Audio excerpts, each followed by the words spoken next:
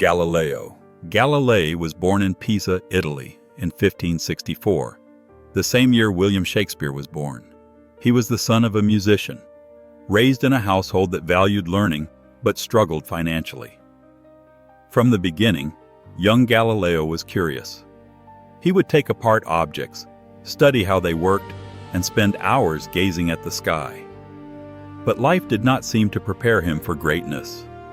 His father wanted him to study medicine, a secure and profitable career. Galileo obeyed, enrolling at the University of Pisa. Yet as he sat through lectures on medicine, his eyes wandered to the skies above, and his heart was drawn not to anatomy, but to the mysteries of the universe. Soon, Galileo made a choice that would shape history. He left medicine behind, turning instead to mathematics, physics, and astronomy. It was a decision that disappointed his family, worried his father, and promised little security. But it was the decision of a man who refused to live someone else's life. Galileo was not content to simply accept what others taught. At the time, knowledge was dominated by ancient authorities like Aristotle. For centuries, people believed heavier objects fell faster than lighter ones. Galileo tested it. From the Tower of Pisa, legend says he dropped 2 balls of different weights, and they hit the ground at the same time. His experiments challenged the wisdom of ages. This was the essence of Galileo. Don't just believe, test. Don't just accept, question. His work in motion, mathematics, and mechanics laid the foundation for modern physics. But Galileo's curiosity reached higher still, to the heavens. In 1609, news reached Galileo that a device had been made in Holland that could make distant objects appear closer. Galileo took the idea, refined it, and created his own telescope. When he turned it to the night sky, what he saw would change the world. He saw craters and mountains on the moon, not a perfect sphere, as Aristotle had claimed. He saw moons orbiting Jupiter, proof that not everything revolved around the Earth. He saw countless stars in the Milky Way, invisible to the naked eye. For the first time, humanity glimpsed the universe as it truly was, vast, imperfect, and beautiful. Galileo's discoveries supported the Copernican idea that the Earth revolved around the sun. But this was dangerous knowledge. For centuries, the Church had taught that Earth was the center of creation. To say otherwise was to challenge not just science, but faith, authority, and power. Galileo was not afraid to speak. He published his findings, shared his drawings, and defended the idea of a sun-centered universe. At first, some in the Church tolerated him. But as his fame grew, so did opposition. The idea that Earth was not the center of the universe threatened centuries of theology. To many leaders, Galileo was not just a scientist. He was a heretic. In 1616, the Catholic Church warned him, "Stop teaching heliocentrism." Galileo obeyed, for a while. But he could not silence what he knew to be true. In 1632, Galileo published his most famous work, Dialogue Concerning the Two Chief World Systems. It was written as a conversation between 3 men, one supporting Aristotle, one supporting Copernicus, and one neutral. The arguments for the sun-centered system were so strong, so convincing, that it was clear where Galileo stood. This book was his act of defiance, his way of saying, "I will not let truth be buried under fear." The Church reacted swiftly. Galileo was summoned to Rome to face the Inquisition. Imagine being Galileo in 1633, old, sick, nearly blind, and yet he was dragged before the most powerful court in Europe. They accused him of heresy.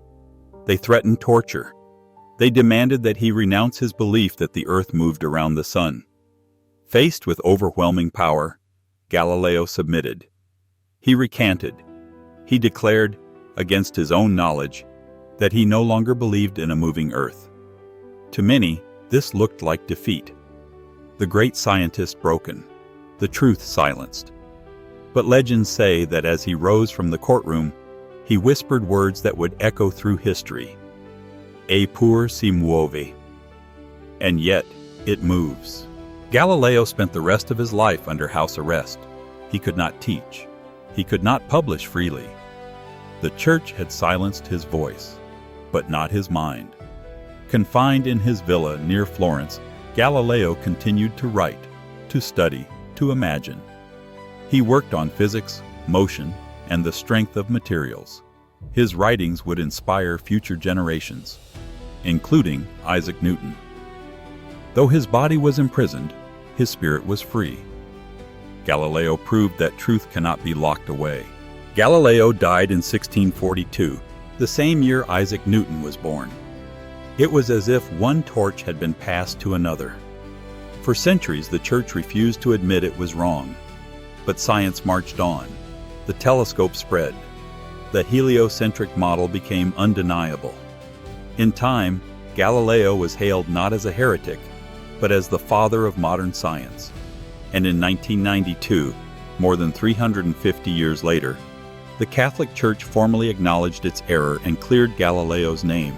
Galileo's story is not only about astronomy, it is about courage.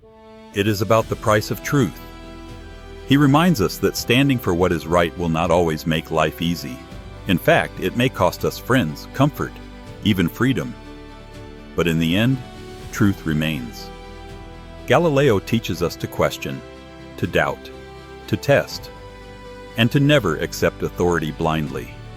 Most of all, he shows us that even when silenced, truth speaks.